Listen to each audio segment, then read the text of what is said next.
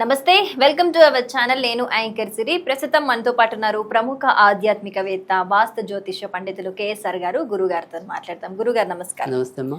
గురుగారు, మనము జూన్ మాస ఫలితాల గురించి మాట్లాడుకుంటున్నాం. అందులో భాగంగా చివరగా మీనరాశి వారికి ఏ విధంగా ఉండే అవకాశం ఉంటుంది ఈ నెలంతా, అలాగే గురుగ్రహ మార్పు ప్రభావం ఈ రాశిపై ఎలా చూపబోతోంది? ఖచ్చితంగా వీరికి పంచమ స్థానంలో గురుడు ఓక్షలో సంచరించడం అనేది అయితే జరుగుతుంది కనుక ఆలోచనాత్మక శక్తి పెరగటం అనేది ఉంది. సో ఇప్పటిదాకా తర్జన పడుతున్న ఆలోచనలు ఏవైతే ఉన్నాయో అవి ఒక కొలిక్కి రావటం అనేది జరుగుతుంది. తర్వాత సంతాన విషయాల్లో ఏదైనా సరే అసంతృప్తి, ఆందోళన ఉంటే కనుక వాటి పరంగా కూడా ఊరట లభించటం అనేది ఉంటుంది. ఇక ఇంటి విషయాల్లో మాత్రం అంటే ఎప్పటికప్పుడు అంటే ఒక 4-5 రోజులు కొద్దిగా బాగానే ఉన్నాము, కొద్దిగా ప్రశాంతంగానే ఉంది అనుకుంటే మళ్ళీ ఏదో ఒక రకమైన కొత్త సమస్య రావటం అనేది అయితే ఉంటుంది. ఎందుకంటే వీరికి కూడా ఏలినాటి అనేది నడుస్తూ ఉంది. తర్వాత చతుర్థ స్థానంలో ఇప్పుడు అష్టమాధిపతి కొన్నాళ్ళు సంచరించడం శుక్రుడు ఉంటుంది.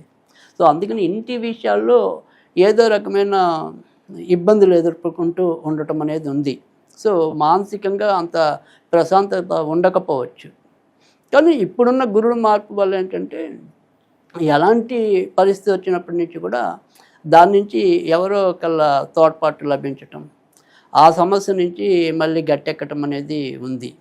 తర్వాత ఏదైనా సరే అనారోగ్యాలు వచ్చినప్పటికీ కూడా ఈ పంచమ గురుడు వల్ల మళ్ళీ తొందరగా కోలుకోవటం అనేది కూడా లభిస్తుంది.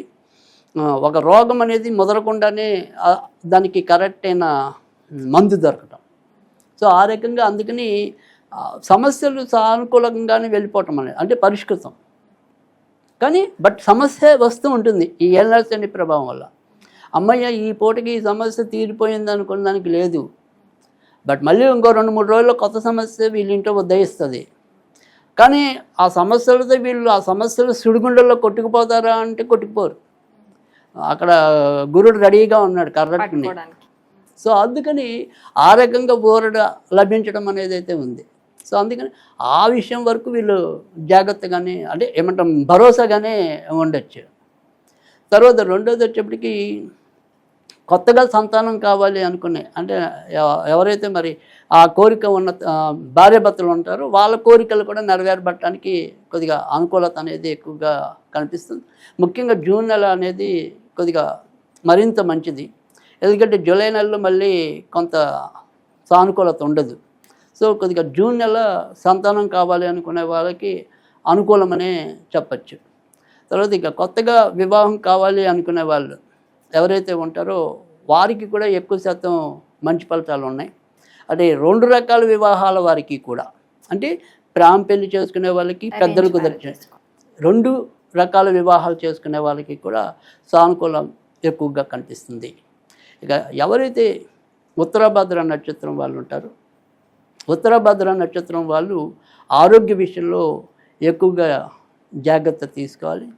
పూర్వభద్ర నక్షత్రం వాళ్ళు ఎవరైతే ఉంటారో ఇతరులతో వీరు సంబంధ బాంధవ్యాలు ఏవైతే ఉంటాయో వాటి విషయంలో ఎక్కువగా జాగ్రత్త తీసుకోవాలి.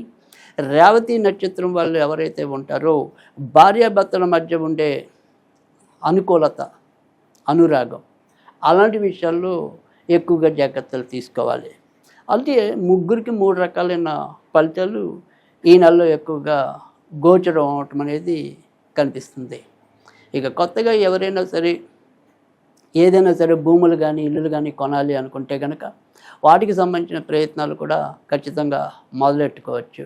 తర్వాత షేర్ మార్కెట్లు, స్పెక్యులేషన్స్ ఇలాంటివి కూడా ఈ నెల ఎంతో కొంత మంచి ఉంటుంది. సో ఆ రకంగా కూడా పర్వాలేదు. తర్వాత సంతానం పేరుతో ఎవరైనా ఇప్పుడు వ్యాపారాలు చేస్తున్న వాళ్ళు ఉంటే అలాంటి వాళ్ళకి కూడా ఈ నెల కొద్దిగా అభివృద్ధిదాయకంగానే ఉంటుందని కూడా చెప్పుకోవచ్చు. ఇక ఇప్పటికే విదేశాల్లో ఉన్న వాళ్ళు ఎవరైతే ఉంటారో వారికి కూడా ఈ నెల అదృష్టంగానే ఉంటుందని కూడా చెప్పుకోవచ్చు. ఇక తర్వాత ఈ జూన్ 15 దాటిన తర్వాత జూన్ 30 వరకు తోడబుట్టిన వారితో కొంతవరకు విభేదాలు రావడానికి ఆస్కారం ఎక్కువగా ఉంది. కనుక ఆ విషయాల్లో కొంత జాగ్రత్తగా ఉంటే మిగతా అన్ని విషయాల్లో కూడా ఎక్కువ శాతం మంచి ఫలితాలే ఉంటాయి. మరి వీరు ఎలాంటి రెమెడీస్ చేసుకుంటే బాగుంటుంది? ఈ నెలలో వీరు ఎక్కువగా సుబ్రహ్మణ్య స్వామికి సంబంధించిన పూజలు మధ్య మధ్యలో చేసుకున్నట్టయితే కనుక మరిన్ని మంచి ఫలితాలు పొందడానికైతే కనుక ఉంటుంది. ఇక ఈ నెలలో వీరు ఏదైనా సరే స్విచ్ వర్డ్, ఆ స్విచ్ వర్డ్ లాంటిది ఏదైనా సరే చదువుకుందాం అనుకుంటే కనుక గోల్డెన్ స్క్వేర్ అలాంటివి చదివితే కనుక మరింత మంచి జరగడానికి ఉంటుంది. చక్కగా వివరించారు. ధన్యవాదాలు గురుగారు.